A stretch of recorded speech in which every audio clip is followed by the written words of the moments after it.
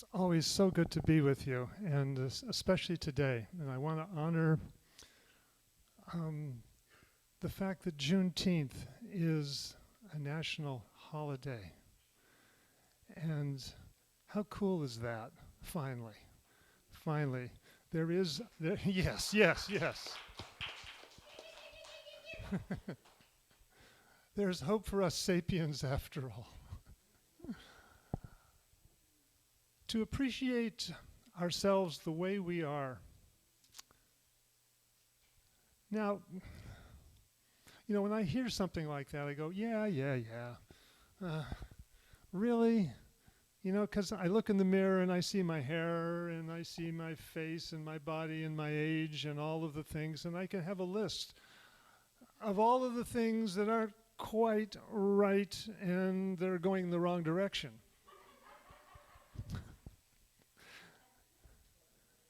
And what I can do is I can dwell on that, or I can say, so what? So what? And that's not to dismiss it. Because it takes, it takes a lot to love ourselves. It takes a lot to appreciate ourselves. It takes knowing who we are. And we started the spiritual journey on a quest to discover, in a sense, who are we? What makes us tick? What are the stories that we tell ourselves? What are the stories that frighten us about ourselves, that we lock away in the closet, that we just don't want to look at?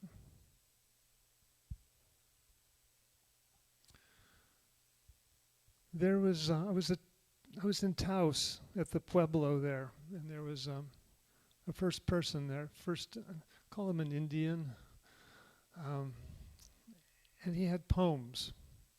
And I started talking to him, and he said, it's time that we listen to our grandfathers, and we go back along the road that we have traveled, and we pick up the pieces that we've left behind.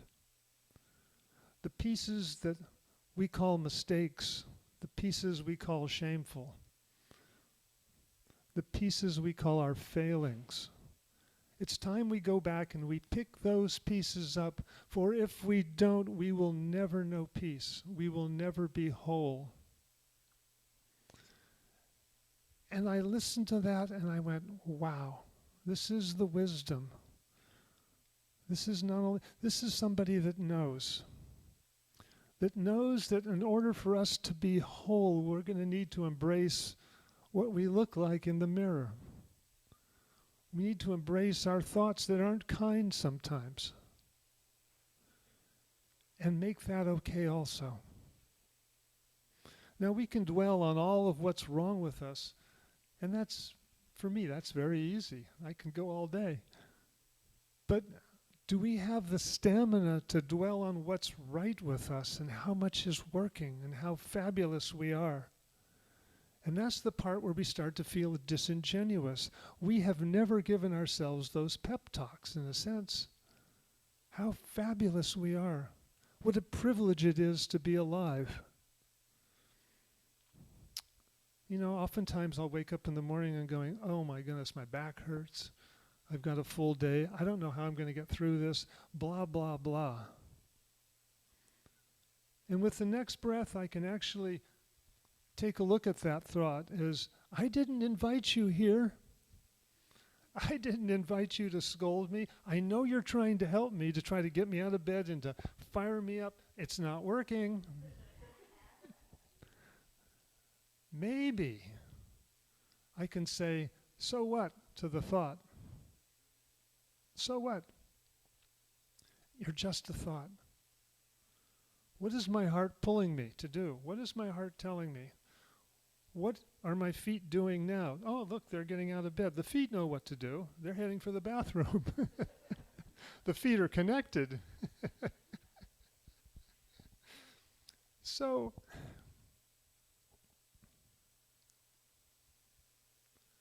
we're on this journey of discovering. We're all independent researchers.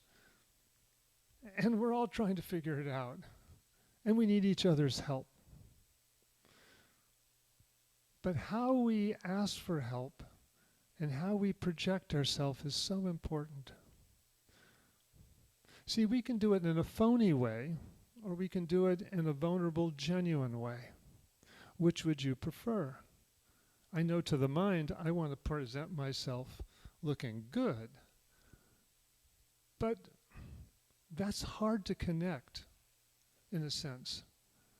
Presenting ourselves as being vulnerable, as available, interested, is much more interesting. And there's a teacher, Adi Ashante. I've spent a lot of time with him, and he tells this funny story. He says, you know, when I give a talk and I'm walking to the bathroom afterwards and everyone's congregating in the hallway, I like to listen to see what's going on. You know, I like to hear, gee. And when I hear something like this, oh, well, Audia says that the truth of nature and the being and the... He says, when I hear what Audia says, I want to throw myself on the ground and hurl. I don't care what I said. But when I hear somebody say, well, I don't care about that, but I want you to hear what I've discovered. Well, he says, now I am interested. I want to hear what you've discovered. I know what I've discovered. I'm trying to make pointers for you, but I'm curious about what you have discovered in your research in life. That's of value. Your experience. Not what Krishnamurti had to say, or Ramana Maharshi, or Ernest Holmes, or Emma Curtis Hopkins. They're beautiful pointers. But until you have experienced that, until you know what is true in your heart, it's borrowed. And borrowed is fine, but you know you're going to have to give it back. Otherwise, it becomes an impediment. It becomes baggage.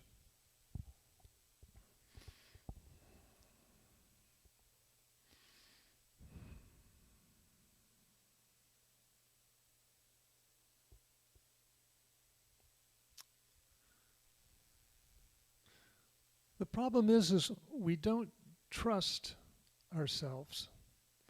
There's a part of ourselves that feels small, diminished, not worthy. And we hide that part of us in the closet.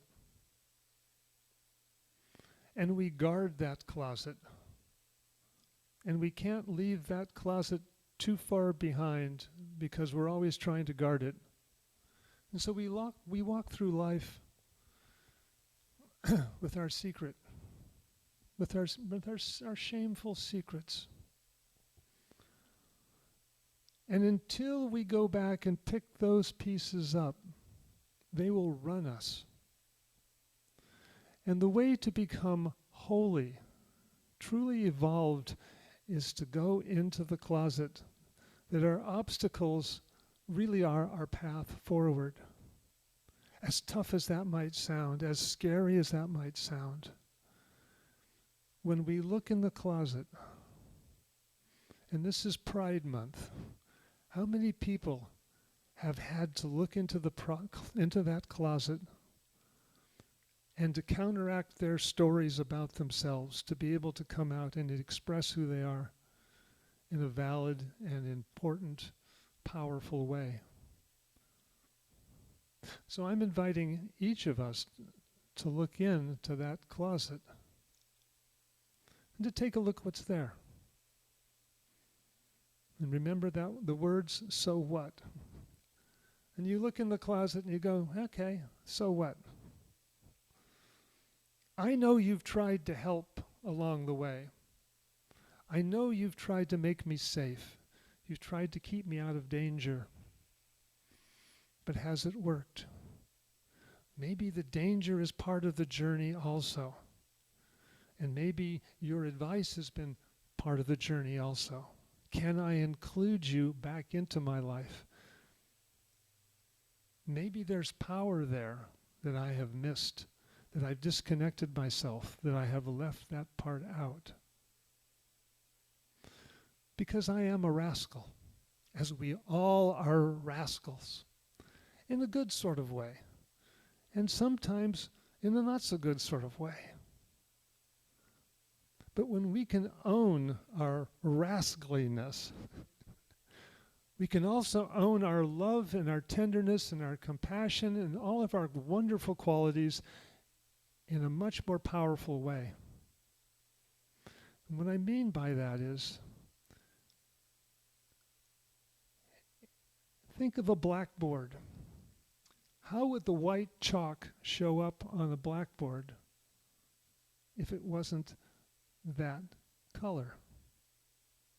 If you had a whiteboard, white chalk isn't going to show up. We need the contrast. We need the contrast in our lives. And in our shameful time, it also, if we don't get stuck there, it can be the backdrop for how wonderful we are also.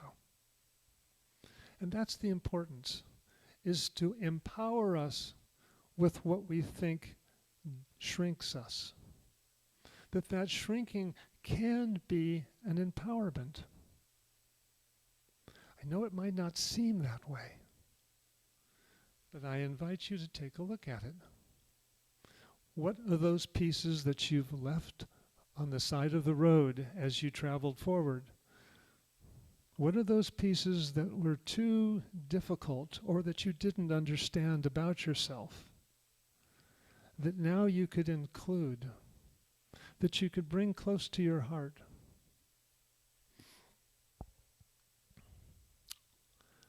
I like to think of us as a stew. And my grandmother used to make this wonderful minestrone, soup, stew, whatever. And she'd throw lamb and garlic and broth and potatoes, carrots, spinach. Whatever she had, she'd just throw it in. And the analogy is we are like that in terms of our experiences, our stew of experiences. And so, with age, that stew becomes more flavorful, more nutritious. The flavors meld together. And if we understand that, we can take a look at the tasty bits in the stew and the not so tasty bits, like the garlic perhaps. That the garlic all by itself can be pretty potent, but when it's mixed in with the rest, it's pretty wonderful. What if we could start looking at what's in our closet as perhaps part of the stew which makes us so nutritious and yummy? Maybe it's that part in our rascaliness that makes us who we are and has formed us to who we are today. That's not to say we couldn't do better. Of course we can do better. But when can we say that, wow, right now, this is pretty cool. I'm okay the way I am. I've gotten here. I wouldn't say maybe I love myself, but I can do better than just accept myself. Maybe I can move from accepting myself, I can move the needle over to I appreciate myself. That's a huge jump. Is it possible to simply appreciate yourself? Not to maybe love yourself, but just to appreciate yourself as you are. All of the pieces, all of your tasty bits and your not so tasty bits. To actually feel that in your body. To get a sense of that, if you were to ever hold a kitten or a dog or a parrot or something, and just to look at the wonder as you make eye contact. Something within us quickens as we open to that other species. Sometimes it's much safer. And we get the idea of simply opening and being available. And when we do that, when we open and when we're that vulnerable and available, who we think we are disappears. Our problems disappear. We are in the moment. We are present, and love is flowing. And this is how we can practice. We can start practicing anywhere. You can practice with a candle. You can practice with plants, with animals. You can practice with yourself, with your friends, with your family. Simply being available and curious. Available and curious. I'm going to close with this story about an old Zen master. And he had Alzheimer's. And he was invited to speak. And it was coming up in 2 months. And he was a keynote speaker of a big conference. And he debated about going. He said, I don't think I can remember. I don't know what's going to happen. I could have a bad day. And even with that, he said, yes, I will do it. I've been invited. I can show up. And he did. It was like 300 people, all Zen students, serious, waiting for the Dharma talk of the century. And he gets up there and he looks out at the crowd and shakes his head and nods his head and says, I'm so sorry. I am so, so sorry. Everything I've prepared is gone. I'm having one of those bad days. I feel so ashamed. And he started to cry. And that passed. And he said, now something is passing, something else is moving. I'm looking out at you and I'm so appreciating you being here. If I can give you anything, I can give you my presence now. What's real for me? This is what's real for me, is that I'm feeling this way right in this moment. He continued to go on reporting what was going on with him in the moment for the next 20 minutes. And at the end, he thanked them again so wholeheartedly for giving him the permission to be himself. And then that he appreciated himself the way he was. And as the story goes, they gave him a standing ovation. It was the best talk they'd ever heard because it was so real and so immediate and so fresh. This is what we're invited to do, is to be that fresh. What if we were to be that fresh and leave our stories back at his seat, so when we come forward into life, to the stage of life, that we're this available, this vulnerable.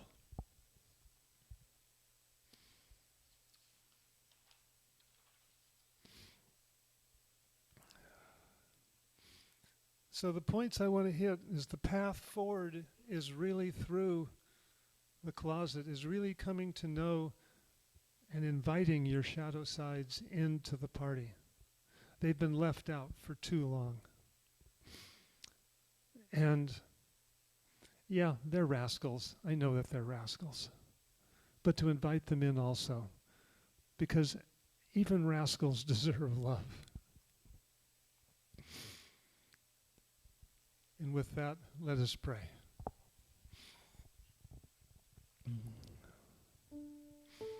And as we simply breathe in again, letting the love and the joy wash over us, coming to that place of silence within, simply arriving in the silence within our inner landscape that is always available. It was there before we even looked for it. There is no way to be separate from it. It's simply present. And recognizing this presence within us and outside of us also, I claim and accept that we have always been amazing beings.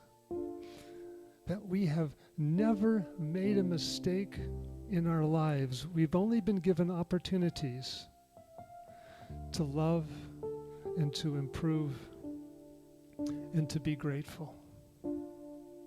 And so we take another breath, appreciating ourselves exactly the way we are. Our tasty bits and our not so tasty bits, but knowing that every bit of us is important, and it's what makes us whole and what makes us holy. And so we open our hearts, we let it be, and we say to ourselves, yes, and so it is. Amen.